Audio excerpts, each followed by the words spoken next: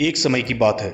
एक पिता ने देखा कि उसका बेटा घर के एक अंधेरे कोने में बैठकर कुछ सोच रहा था। वह आदमी बेटे के पास गया और उससे पूछा, क्या बात है बेटे, ऐसे गुमसुम क्यों बैठे हो?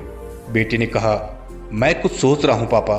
तो उसके पिता बोले, जरा मुझे भी बताओ, मुझे भी पता चले कि तुम इतनी गहराई से क्या सोच रहे हो। बेटा बोला, मैं ये सोच रहा हूँ पापा कि आखिर मेरी जिंदगी की क्या कीमत है। पिता मुस्कुराते हुए बोले, अच्छा ये बात है बेटे, यदि तुम सच में अपनी जिंदगी की कीमत जानना चाहते हो तो जैसा मैं कहता हूँ तुम वैसा करो। पिता ने अपना एक पुराना संदूक खोला जिसमें से उन्होंने एक मामूली सा दिखने वाला पत्थर निकाला और बेटे को दिया और कहा, जाओ इस पत्थर को बाजार ले जाओ और इसकी कीमत पता करके आओ। लेकिन ध्यान रहे, तुम्हें सिर्फ इसकी कीमत पता करनी है, इसे बेचना नहीं है। तुम बाजार में पत्थर को हाथ में लेकर एक जगह बैठ जाना और अगर कोई ग्राहक तुमसे इसे खरीदना चाहे और इसका मूल्य पूछे तो कुछ मत बोलना, सिर्फ अपनी 2 उंगलियां खड़ी कर देना। पिता के कहे अनुसार वह लड़का बाजार गया और बाजार जाकर कुछ देर तो वहां ऐसे ही बैठा रहा। लेकिन कुछ देर बाद एक बूढ़ी औरत उसके पास आई और उस पत्थर का मूल्य पूछने लगी। लेकिन लड़का चुप रहा, पर उसने बूढ़ी औरत की तरफ देखकर अपनी 2 उंगलियां खड़ी कर दी। तभी वह बूढ़ी औरत बोली, 200 रुपये? बेटा इस पत्थर के 200 रुपये ज़्यादा कह रहे हो, पर ठीक है, मैं तुम्हें इसके 200 रुपये दे देती हूँ। तब वह लड़का आश्चर्यचकित रह गया और मन ही मन सोचने लगा कि कोई कैसे इस मामले से पत्थर के 200 रुपये दे सकता है। क्या मैं इसे इस बूढ़ी माँ को बेच दूँ?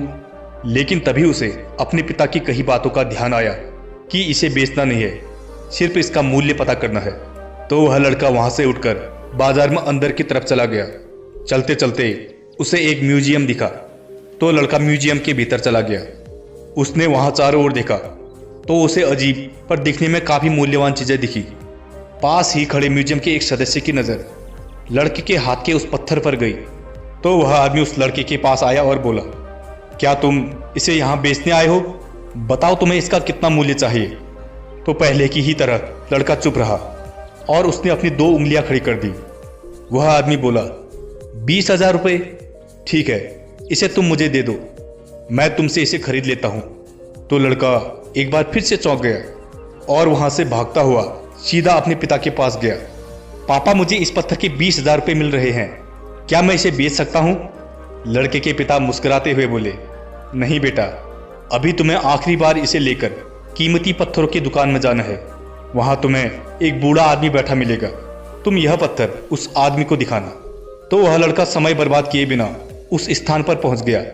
वहां उसे वह बूढ़ा आदमी काउंटर के पीछे बैठा मिला जो एक लाइन से लेकर बारीकी से कुछ पत्थरों की जांच कर रहा था। जब उस बूढ़े आदमी की नजर उस लड़के पर पड़ी तो उसने आश्चर्य से लड़के से पूछा, तुम कौन हो? तुम्हें यहाँ क्या काम है? क्या तुम भूखे हो? यहाँ किस लिए आए हो बताओ? क्योंकि जाहिर सी बात है, एक बच्चे का ऐसी दुकान में क्या ही काम होगा।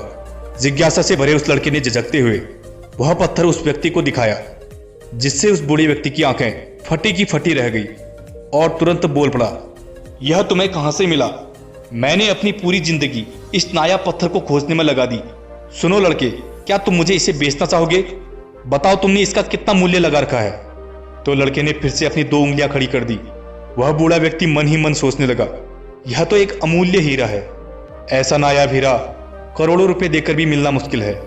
वह बूढ़ा व्यक्ति उस लड़के से बोला, मैं तुम्हें इसके 2 लाख रुपए दूंगा, कृपा कर यह पत्थर मुझे दे दो। इस कहानी से हमने यह सीखा, अगर हम गहराई से सोचें तो उस पत्थर की ही तरह हमारा मानव जीवन भी बहुत बहुमूल्य है। पर यह आप पर निर्भर करता है कि आप 200 रुपये वाला पत्थर बनना चाहते हो या 2 लाख वाला। हम में से बहुत से लोग इस जीवन की कीमत नहीं जानते और खुद को नाकारा व तुच्छ समझते हैं। लेकिन जो खुद से प्यार करते हैं और जो लोग हमसे प्यार करते हैं, हमें अपना समझते हैं, उनके लिए हमारा जीवन किसी बहुमूल्य हीरे से कम नहीं होता। लेकिन कुछ लोग हमें सिर्फ इस्तेमाल करना चाहते हैं, हमारा फायदा उठाना चाहते हैं, उनके लिए हम किसी सड़क के किनारे पड़े बेकार पत्थर से ज्यादा कुछ नहीं होते। वास्तव में मानव जीवन बहुत ही बहुमूल्य है। इसीलिए खुद को पहचानो, आगे बढ़ो और एक बेहतरीन इंसान बनकर समाज में अपना नाम कमाओ।